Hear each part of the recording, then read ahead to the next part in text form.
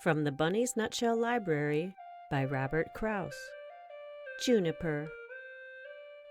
Juniper lived in an Easter egg with a front window, but it was dusty on the outside and not very good for looking out of.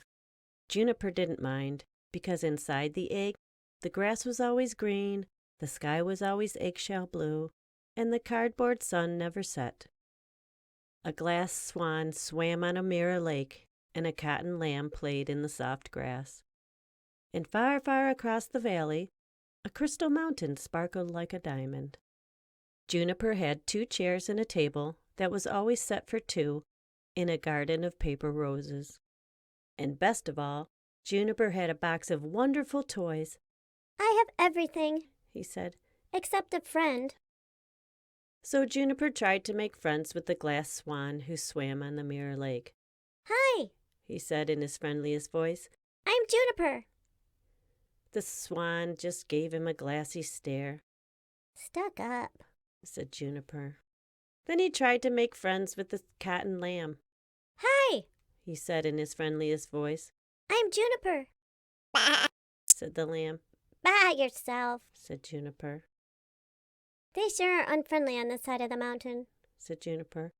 but maybe they're friendlier on the other side." So Juniper decided to climb the crystal mountain and find out. High places made him dizzy, so he shut his eyes and pretended the mountain was a molehill. Up he climbed, higher and higher.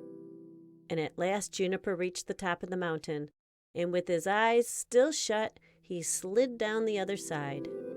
He opened one eye, then he opened the other eye. The other side of the mountain was just the back of his egg. "Hi, Said another rabbit in a friendly voice. I'm Jeanette." "Hi, He said in a friendly voice. I'm Juniper.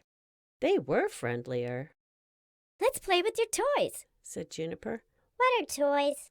Said Jeanette. "They're things to play with. Said Juniper, I have a box full on the other side of the mountain. Come with me." and he took her hand. "The high places make me dizzy." Said Jeanette. "Just shut your eyes and pretend the mountain is a molehill." Said Juniper. So they both shut their eyes and climbed and climbed. At last they reached the mountain top.